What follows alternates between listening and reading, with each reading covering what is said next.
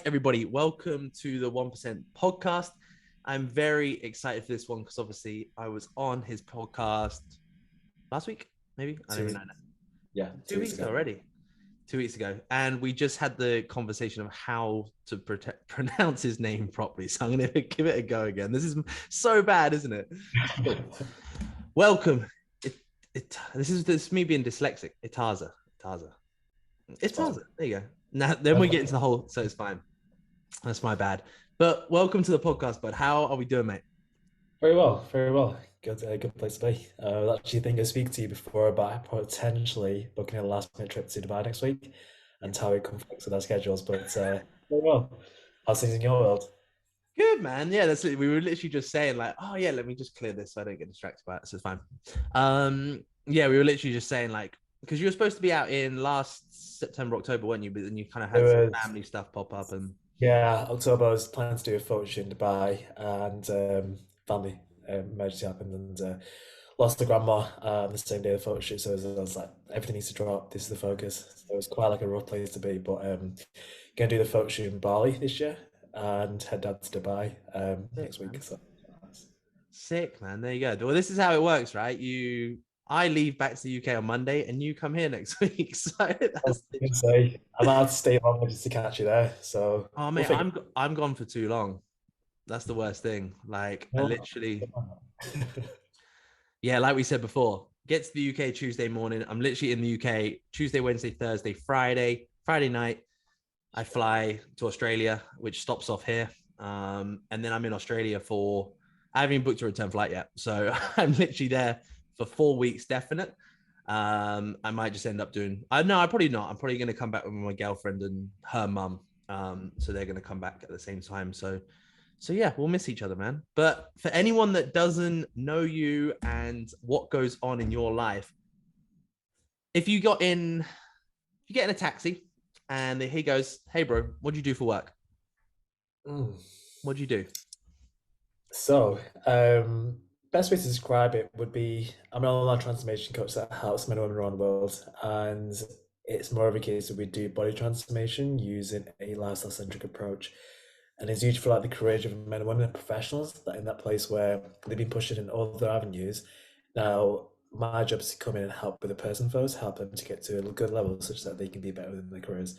That's probably the best way to describe it. So it's something I've kind of found over time because I was there previously. I was like a place where I was pushing finance, academically. I was always pushing in other areas, but it's never for myself. And I almost realized person first, and then that comes later. Because once you focus on that piece takes care of itself. So best way to describe it would be an online transformation coach, but I think we're still finding it. To be fair, I've only been in the industry for about 4 years, which compared to you've been in it for a longer time, haven't you? Actually, Yeah, 7 with face to face. Yeah, so since I was like 20, 21. I'm 27 now. So yeah, about 7 years. Yeah. so lots to still happen, but that'd be the best way to describe it. Online transformation coach, and it's for body transformation using a lifestyle centric approach, and the goal is to take it to the moon. To be fair, we can say. Amazing, man. No, it's awesome. And I guess because obviously we were even breaking down your name and things like that, but going back to like baby you, right? Maybe let's not go that far back because we'll be here for probably like 6 hours going over your life story. But like, what's the beginning? Kind of, I guess, like what were you doing at kind of like high school? Like, let's go back in history a little bit and build from there.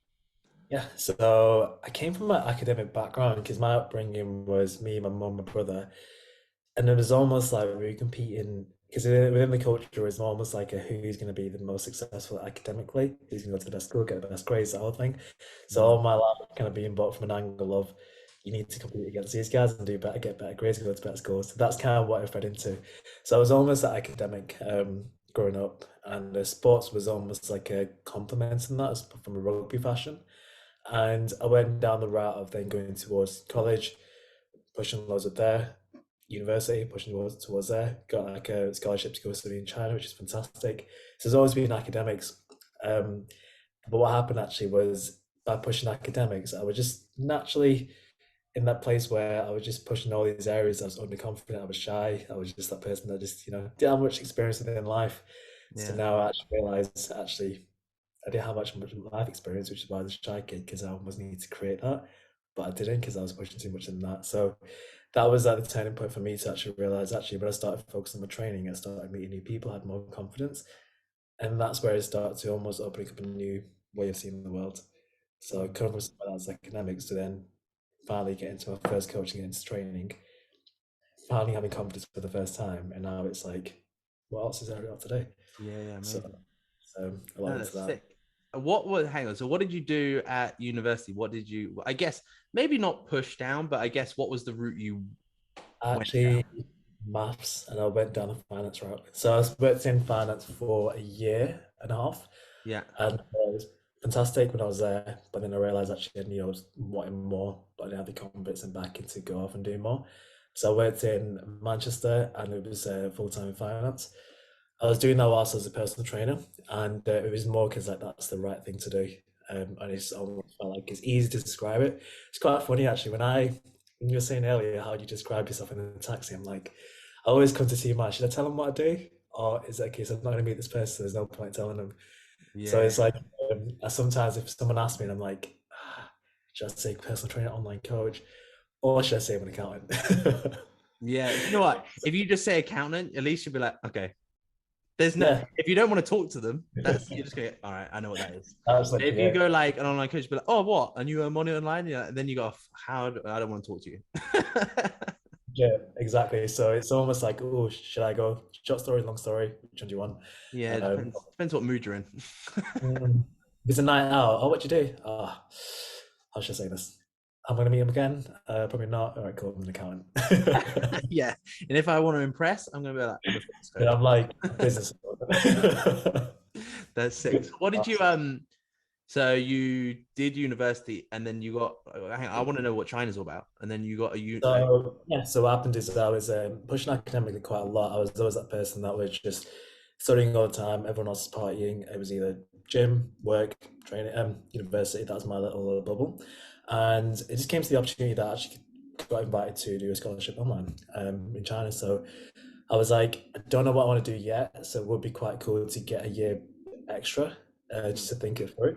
So I was like, yeah, screw it, why not? And I went to China to live in Suzhou, which is near Shanghai.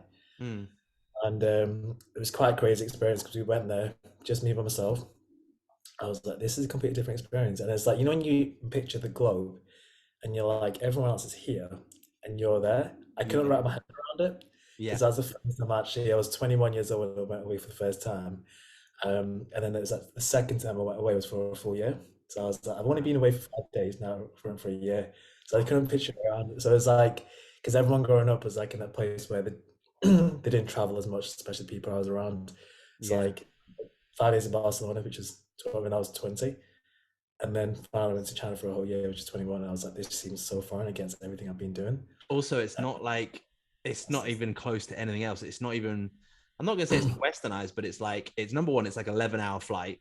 So it's a long damn way. And the culture shock going from Manchester to to China, you're Actually, like, holy fuck, no one speaks English. I like that must be crazy, man. And you did a whole year, like you, the whole year, and it was 2 hours a day learning Mandarin, yeah. and we learned that quite good. I can listen and read more than I can speak. Let's just say that. Okay. So when someone's having a conversation, I'm like I can almost grasp it in a sense, but I Yeah. can speak the story. But I did that for a year, and then right at the end, it's actually quite funny. I went to Sydney, Mm. like a month in Australia, and it ended up in Sydney towards the end. And from there, I just it's like a realization moment that actually I feel like I kind of know what I wanted to do. It's just about the fear of doing it. And I wanted to some degree get into coaching, and I was going to extend travels, but I thought I'm just going to go back home and get my stuff together and do it and get into coaching. And So, that's when the so when did you? Because you said you're at university and you were kind of coaching a little bit then, right? Is that so? When did you? So how did kind of both paths cross? So like when did you think, oh, like I'm kind of going down the academic route, like that's generally where you were going, and then you got qualifications as a personal trainer at the same sort of time? Like what made you do that, if that makes sense? Because normally, like when you're from your kind of again like culture, family, and things like that, you're pushed down, not pushed, but you're guided very, I don't know, in a nice way, Like, guided yeah. down that route. And then you're like, oh, I'm just going to be a fitness trainer on the side. Like, what made you do that?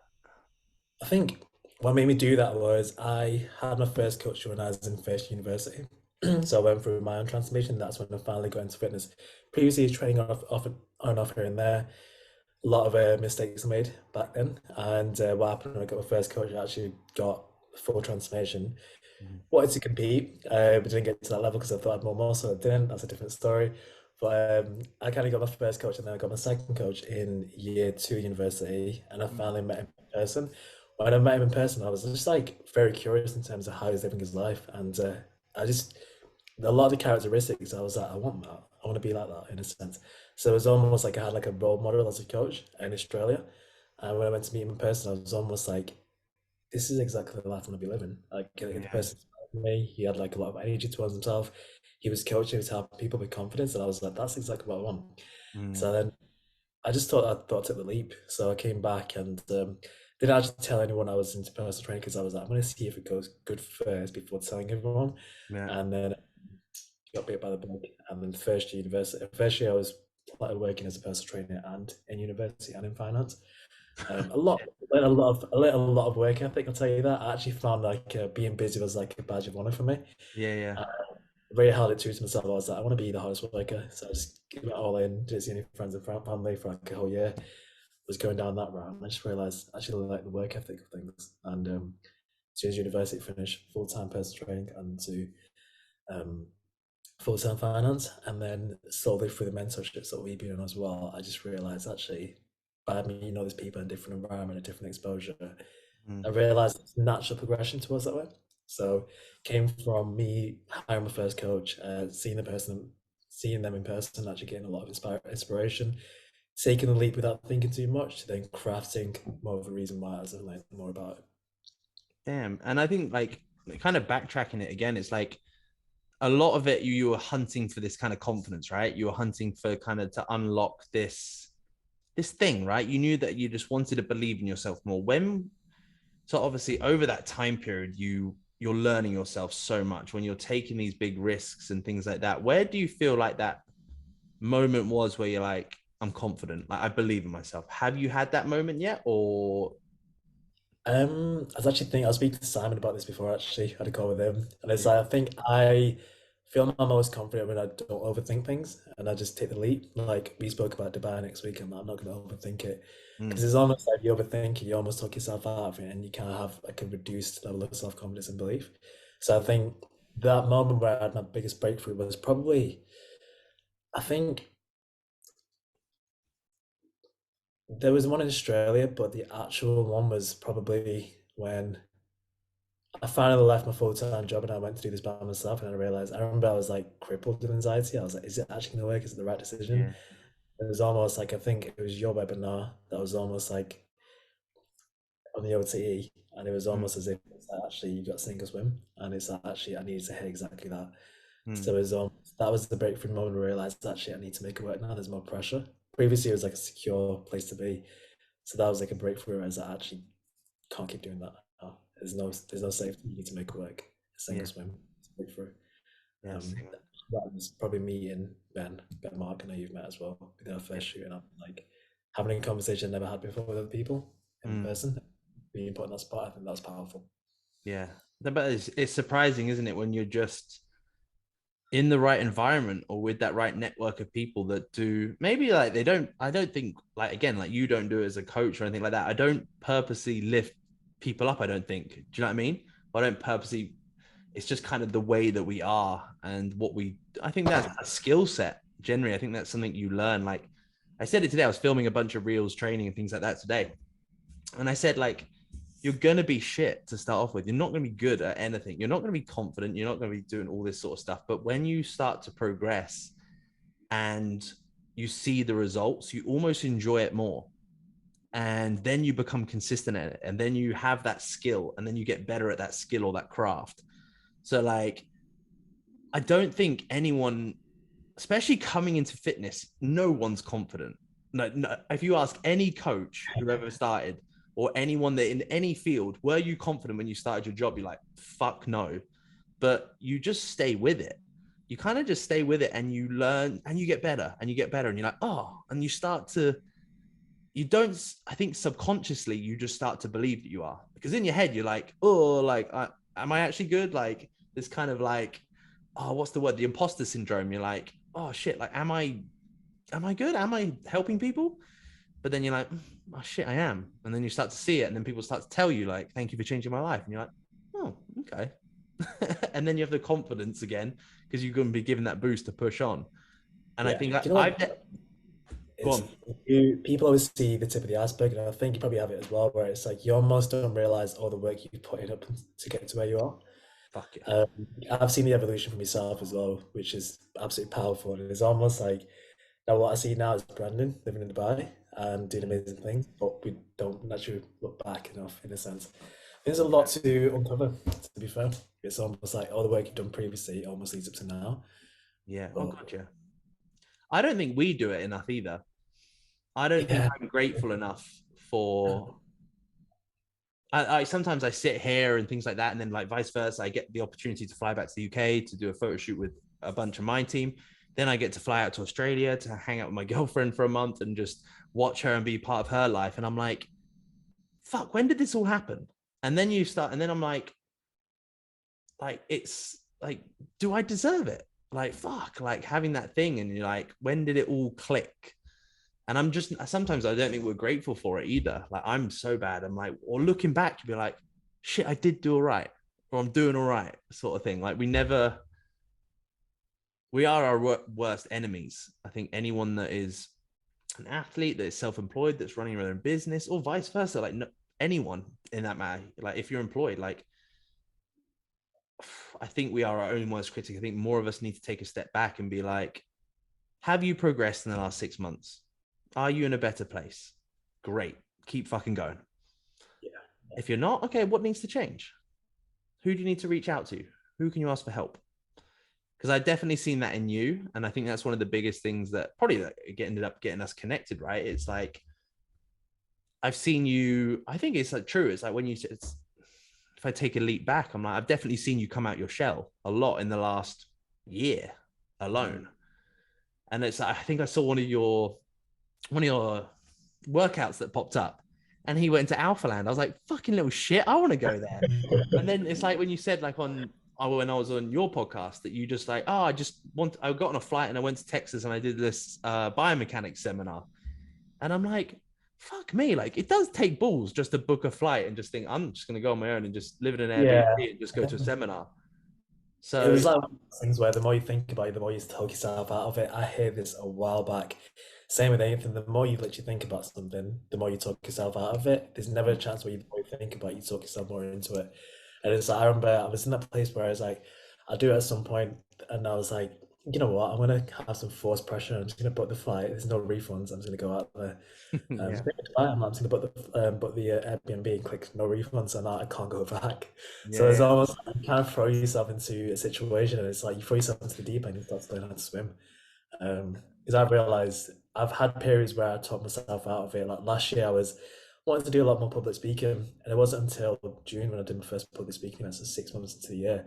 As soon mm, as it started June, we did in June, July, August, November, yeah, and it's like we did four in 6 months when we could have done more in the year if I did it earlier. And yeah. it's like we should do that quicker now. So I think I you need to think that's.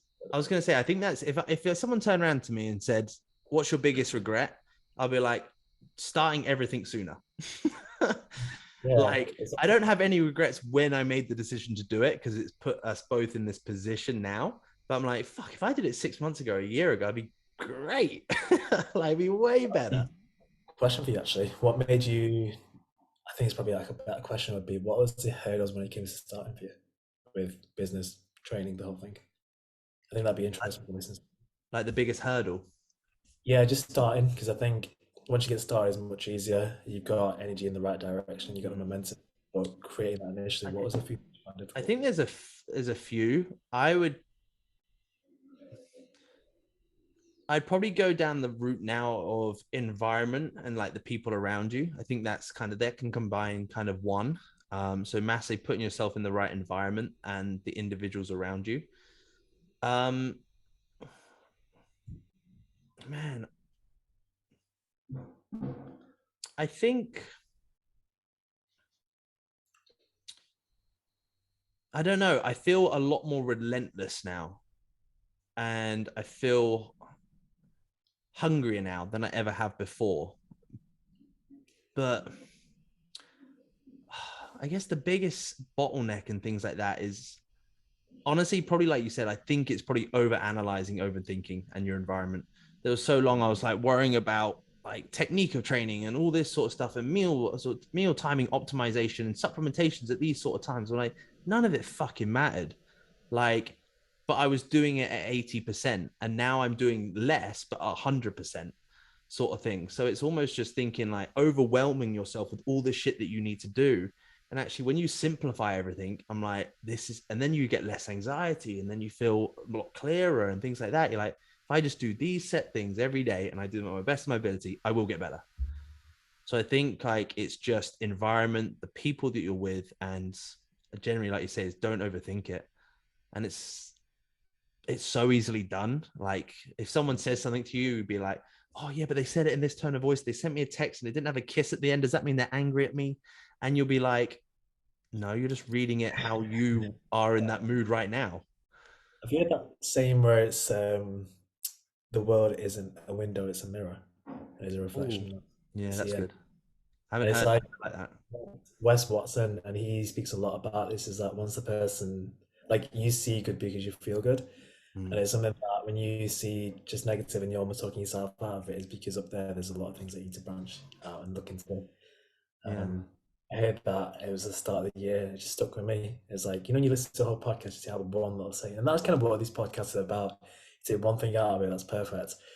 I think it's one of those things that just really stuck with me. It was like whenever you have a scarcity mindset, because that's what you're seeing. And Mm, it's more reflection as opposed to a window.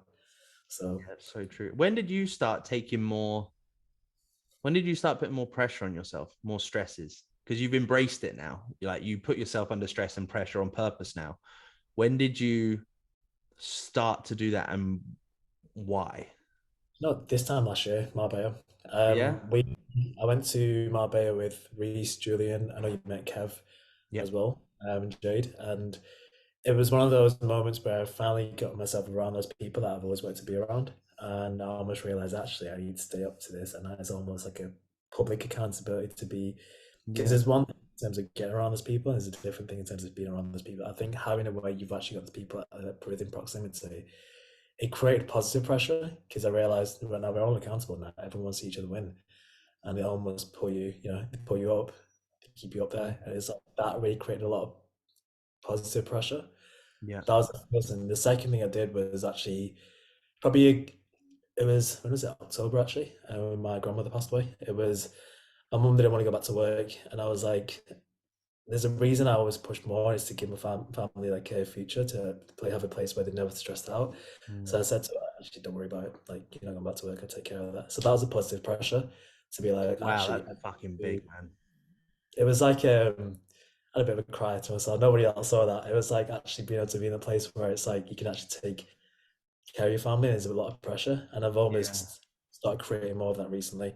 Yeah, man. Um, That's like type of insane. like, I go back to work, I'll take care of that, your bills are covered. And it's like actually now it's much bigger than just you making a good income or having a good Yeah. business. Live a life that you live is your family's gonna eat if you don't, get your Yeah. finger out Yeah. your arm. So it's those are two things, people, and now it's you've got other people that rely on you, Yeah. but you so that Mate, was fair play. Good on you. That's insane. Because I think that's, I guess for you, like single mum, right? And things like that. Like I'm very much the same. Like my mum came out to see me in Dubai a month ago, maybe. And it's not like doing her, she's fit, she's healthy, she's a trainer as well, and things like that. She's a yoga teacher. But I just looked at her and thought, you're old all of a sudden. And I had that moment. I'm like, she's not going to be here forever. And I was like, right, it gives me the next kind of 3 years to be like, the house is paid off, everything's all done. Like, because she'll never be able to retire. She'll have to, like, again, like she declared bankruptcy back in the younger days and things like that. Like, in financial troubles and things like that. But it was like, right, I've got the next 2 to 3 years. That's kind of my like goal, is just to be like, well, ideally as fast as possible, right? To be like, your life's sorted, you're done, sort of thing. Now just go do what you want to do. If you want to work still and you love it, I think she will work just because she loves it. Great, but you don't have to work because you like, if you want to take a day off, sort of thing. Yeah. And I think generally, Bud, like what you said, like pressure is earned, and you should enjoy pressure and stress. Like you probably know this, like there's that stress curve, right? Sort of thing. And it's like, if you get to the top of it, that's peak stress and you're going to fucking crash and burn the other end. But we need to be on the bend. We need to be always on that kind of like, oh, it's going up a little bit. Because as soon as you get, I almost get scared now. I don't know about you. Like when things are good, I'm like, oh, fuck, like panic. So it's almost like sabotage, break something, and then you're like, right, invest loads of money into, I don't know, a coach or whatever it is. And then you're like, shit, now I've got nothing again. Like, I kind of, I, I rely on like nothing. I'm like, We had a conversation yesterday. It was that Ben was there in Manchester. It's like, wouldn't you just love for things to break apart and see how quick you can rise again?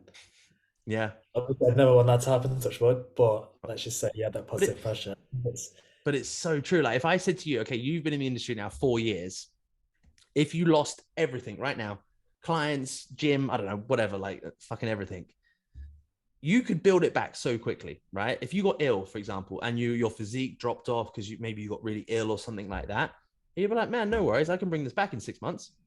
yeah, Fuck yeah. me, because like what you've learned over those 4 years is everything. Like if people say, oh, you lost everything now, but it took you so long to build it, but like, no worries, man. Like it's all just experience and learning. So now I'm like, great, I've got pressure again. So now I can get this built up in the next 6 months if I needed to. Oh, 1,000%. I think Charlie said to me a while back where it's like, life is like a game of skill acquisition. And it's like that phrase stuck with me. Mm, And it's actually, I always thought when you learn more, it's not necessarily better, but the more you know, you actually will be in a place where you can do more, like physique development, health, mm, mindset, business, lifestyle. There's a lot that goes into it. And I think what you said earlier in terms of like you kind of want positive pressure. It's the same way now, like you don't want too much. Like you mentioned, it's almost like your stress tolerance goes up as you experience more of that. It's the same way you want to go into the gym and do, all the volume initially, you almost progress over time. It's mm. like you want to have it now where you recover back from the stress and you essentially start increasing your stress tolerance and you can do more. Yeah. Like that's probably the most pivotal thing is having it now where you're gonna do more over time. You're not throwing yourself to the deep end, but you realize there's a thing called stress tolerance where you can actually get to do more over time. You almost Yeah. earn it, like Yeah, so. it's so true. Because I definitely feel like this year, yeah, where are we now? We're at the beginning of the second quarter, aren't we? So like 3 months in, pretty much. So like I definitely feel like this year I've done as little. I don't think I've done much, but everything that I've done has been more optimized and better, I guess. But I guess that's just from time of just being like, fuck, you need to do all this shit. And then you're like, all right, cool. So how can I make it more efficient? A bit like training, if I'm completely honest. Like Mm-hmm. I don't Mm-hmm. do 3 sets on anything. If someone said to do a drop set, I'd probably cry. So I don't do like, you know what I mean? So a lot of like even training now, like I'm in and out, like besides legs or something like that, which is 2 hours, like I'm like an hour and a half. Like I'm just like, right, headphones in and go. And I just focus on getting stronger, moving weight a lot better from A to B. Like again, simplifying fucking everything. And then you're like, oh, okay, cool. So like I've definitely grown. Do you know what I mean? I've definitely progressed in that sense. And I think that's the nice thing that training teaches us.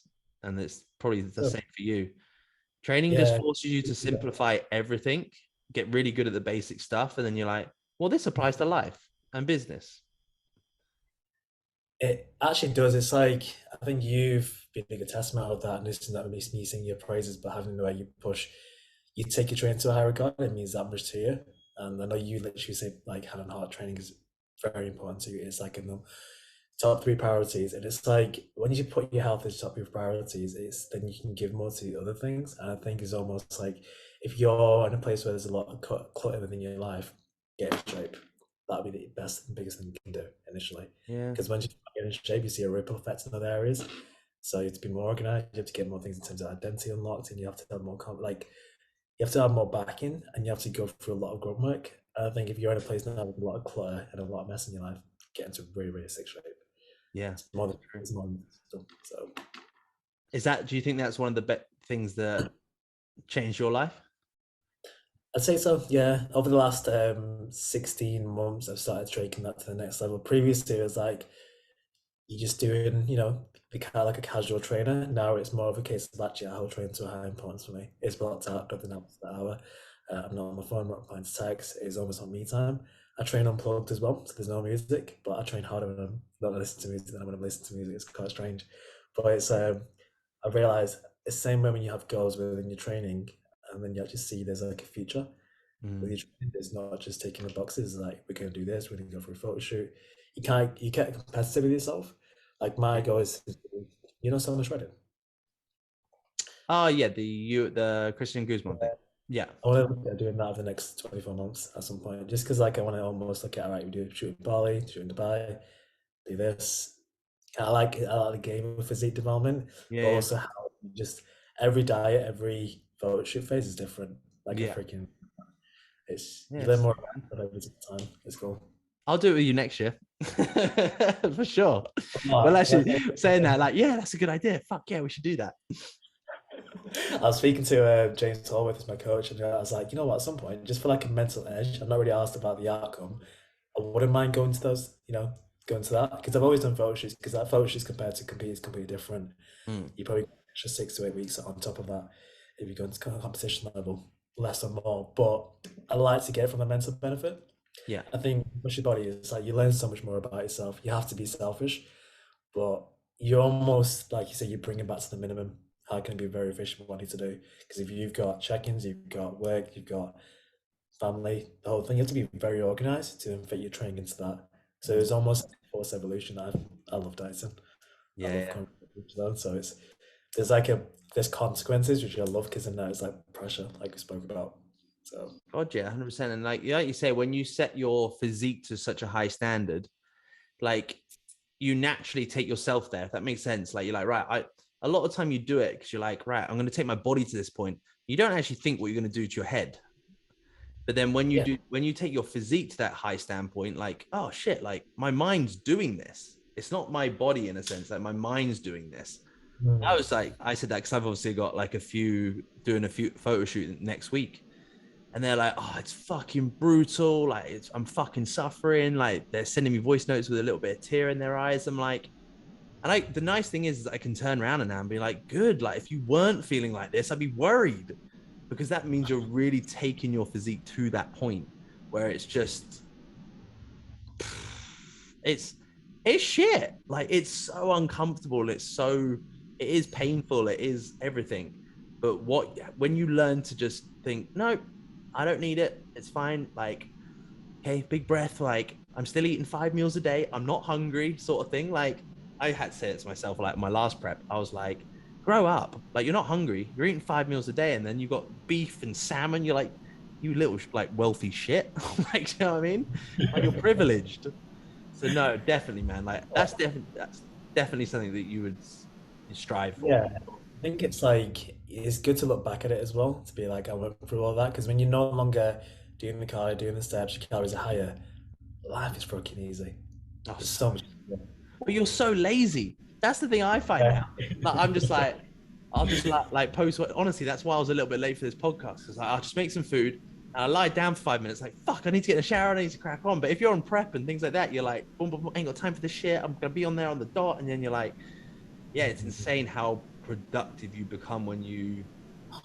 I don't know those when you have those extreme goals in a sense. You know it's short term, but it's just like how you optimize is crazy. You probably have it as well where content gets better, delivery gets better, you have more personal growth in your life, and you have better conversations when you die. Like you're in the extremes.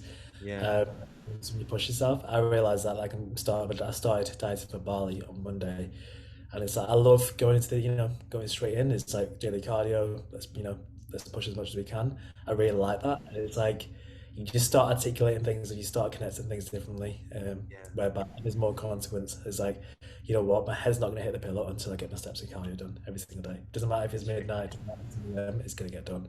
It's Yeah. quite like a thing with that. And I think the biggest productivity hack is just having that belief that you'll get shit done. It's Yeah. like, like, different like tactics in terms of time blocking, so on and so forth. Yeah. I guess when like pulling it back again, like when do you, this is a question for everyone or you actually, like when did you believe in yourself? Um, Or do you still have those moments where you're like, it's interesting. Um, I think it's a sliding scale. Um, I was actually speaking to Simon and I spoke to Ben about this yesterday. I believe in myself the moment I don't overthink. hmm, I start to analyze things, I start believing myself less because it starts feeling my self doubt. It's like, can I do it? Should I do it? Why should I do it? What happens if this? It's almost like I kind of realize it's the belief is always changing. Like the start of the year, I almost went for a place, but I just didn't believe myself. I was very overthinking things, overanalyzing things, and there's a lot of doubt I think that comes to your mind. Because you know what it's like with doubt, it takes a smallest remark or the smallest thought to, you know, ruin the Choo. plot. Literally, smallest thing is crazy. I think it's the first time I actually had self belief and confidence in myself was probably when I went to Marbella last year. Yeah. And That was a also, good that was a good trip for you, bro.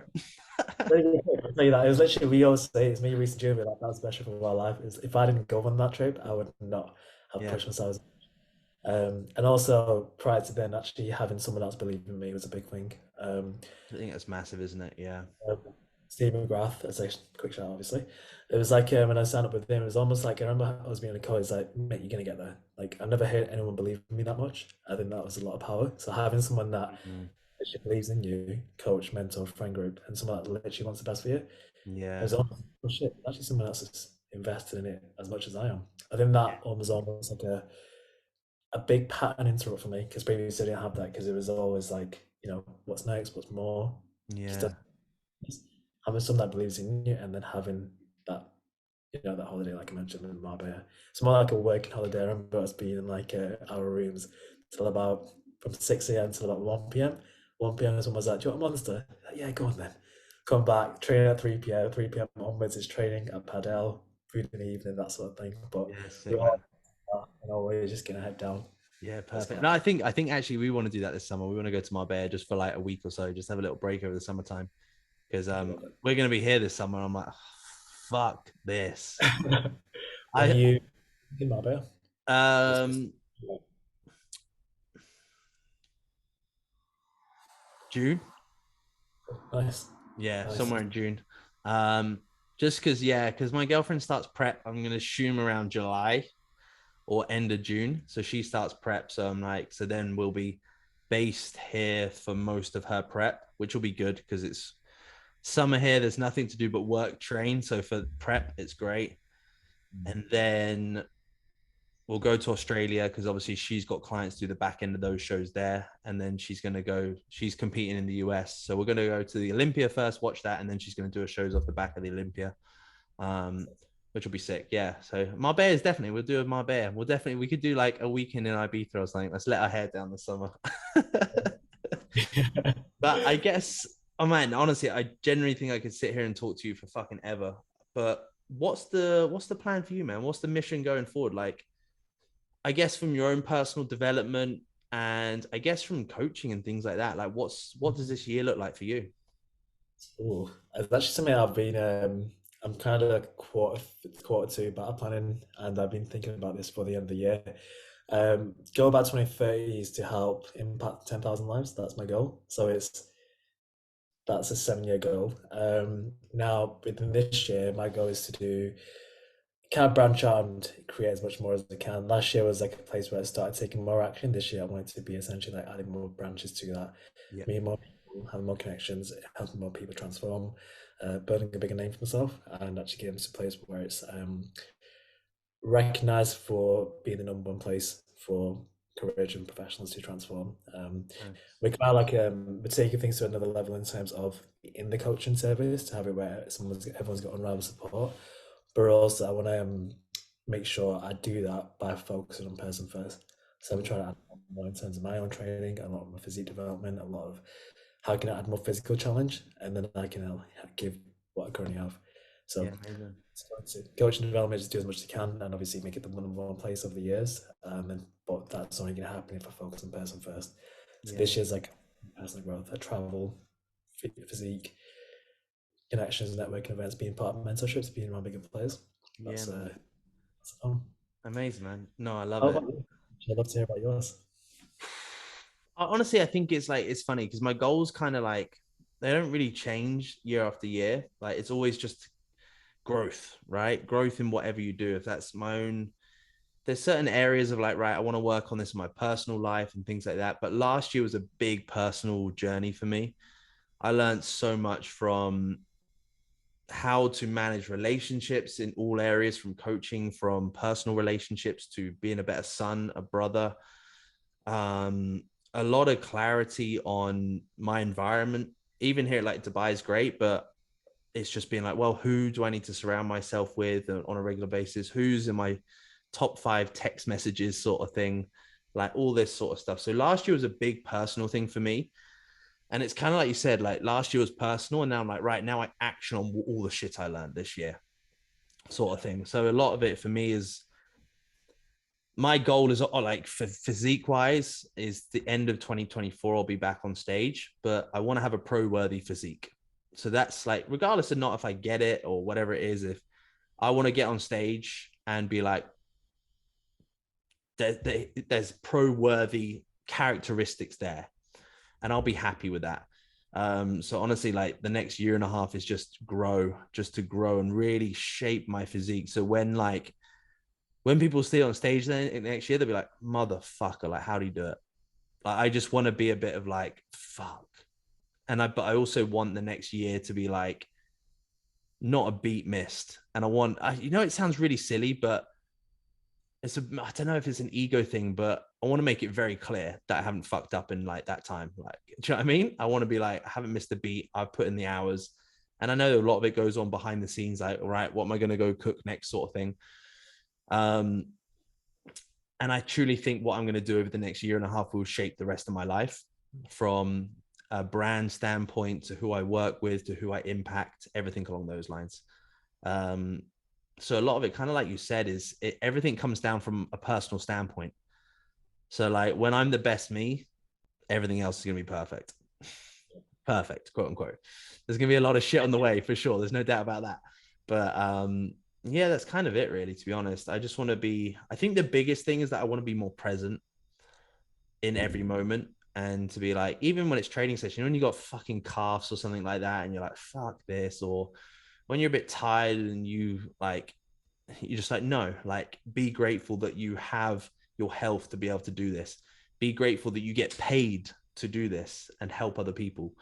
Like, and sometimes calling yourself out on your own bullshit, like grow up, come on, man. Like you chose to do this. You set these goals for yourself. So take responsibility for it.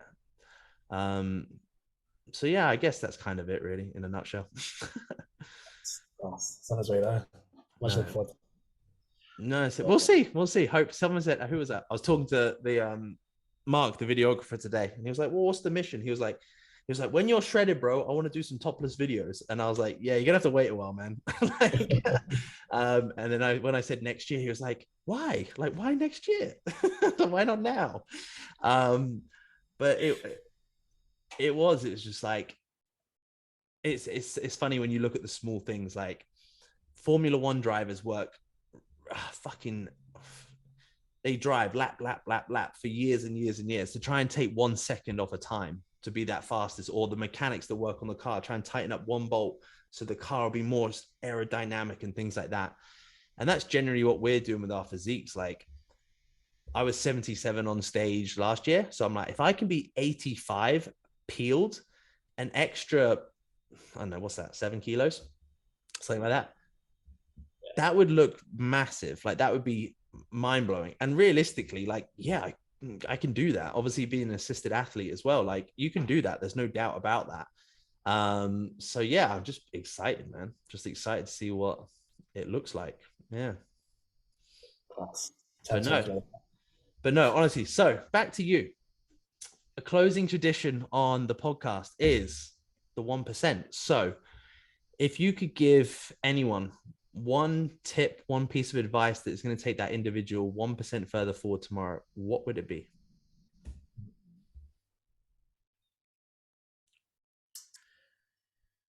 I think I'll say the one that comes first to mind. I think focus on your body first with all things. That should always be the sense of everything.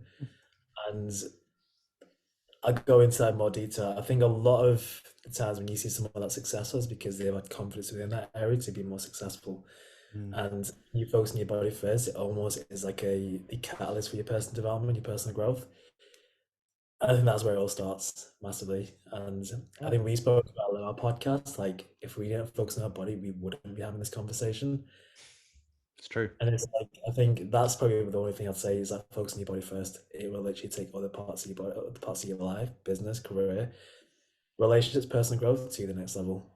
Becomes our person first. Is that you are the person that orchestrates everything without having the right tunes and like the right approach to doing that, it's going to be mediocre. So definitely focus on person first, focus on your body first, massively. I like that. I think I don't know which episode this will be. I think we're on like 56, something like that. No one's ever said that. Yeah. No one's ever said body first. People have gone like, be consistent, Smart. stay dedicated, doing this up. But actually, no one said focus on your physique and focus on your body and look after it. Make it healthy, make it a good place to live. Like, 100%. Once you go through periods where you push other priorities, like business might be a priority, social life might be a priority, but eventually comes back to everyone gets to the same place where health and themselves becomes the number one priority at some point. Like it eventually gets there. And it's like we coach a lot of business owners at that place where business is number one. Then what's interesting is down the line, health becomes number one, but then business is better. So it's more of a case when you focus on body first, you focus on person first. It's quite interesting. Everything else falls in order. yeah. Uh, it takes Yeah. seeing it. It's funny you say that. I listened, I don't know where it was. It might have been like a podcast. It might have just been a random YouTube video. I don't even know where it said like it got two parents. They both got two kids. So mum and dad, two kids. And they asked the dad, what are your priorities in life? And he's gone, the kids, his career, his wife. I was like, yeah, makes sense. Like, there's nothing wrong with that. It's perfect. And then the wife has gone, myself, my kids, my husband, my career. And then the husband's gone around, what the fuck? You're putting yourself before the kids and things like that. And obviously, we know the answer. It's obviously like if she's the best mum and she's putting herself in the best position, she can be the best mum, she can be the best wife, and then she can be the best in her career. And I do agree with that. If I'm honest, like we practice, we try to the best of our ability, practice what we preach every day. I'm like, yeah, I will try. Like tonight, I will go to bed at 9:30. That is part of my life because if I get a good night's sleep, it means I can be a better coach tomorrow. It means I can be a better athlete tomorrow. It means that I'm going to eat better because I won't have all these cravings. So I truly think like at the end of the day, if I didn't have health, what else matters? Like the money in my bank account doesn't matter. My loved ones are going to worry about me, like everything. So if I do not have my health or none of us have our health, then what's life? We don't have one technically. Feel understand. It's like none of it's fruitful at the end of the day. Have you heard Have you heard the story of the man on the beach that's got a sore throat? You've got It's great stories, man. I love your stories. got loads of stories to tell. Got loads of quotes and stories. It's in the picture is a man on the beach. He's got the most glamorous view. He's got people, the girls around him that feed him fruit, things like that. He's just there on the beach, and everything on the outside looks fantastic, but he's got a sore throat. So in the moment, all you can think about is that sore throat. So as much as everything on the outside is fantastic, literally the only thing you can think about is that sore throat. It's actually quite interesting. A very similar experience happened to me when I was in China, and I was like, I'm literally in front of a fantastic building, people taking pictures, and I'm not having a good time because I'm absolutely knackered, Mm, mentally. Don't have any confidence, don't like the clothes I was wearing. It's almost like comes back to put focus on person first. And it's like wow. literally just that. The external is fantastic. The internal influences the external Mm, massively. Like I said earlier, the world is more sort of a mirror than it yeah. actually. So Amazing, man. I like that. That's good. That is very true. Yeah. yeah, Makes you think. It makes you think when you hear things like that as well. Damn. No, I love it, man. No, honestly, but thank you so much for your time and things like that. Where is the best place to people to find you? All this sort of stuff. What is it, to stalk you? Whatever that is. Stock. So ir.taza on all social media platforms and YouTube, which we're not dived into too much. We've got a few videos and then we're going to look at doing that over the year. It's Irtaza Farooq, Irtaza. That's fine. Pressure on. I'm going to put his YouTube only. No, I'm joking. I'll put his YouTube definitely so that he has to produce a video for when this podcast is out. That's a pressure on. So this podcast will come out in the next week. So there will be a new YouTube video done by then as well. Even if it's a short, I don't care. There will be one. Because otherwise I'll look like a mug for saying it now. So it's fine. But no, I'll put all your details below in the descriptions, bud. Thank you so much. It was absolutely amazing to have you on, buddy. Thanks so much. Look forward to next time. Have a great one. Thank you, bud.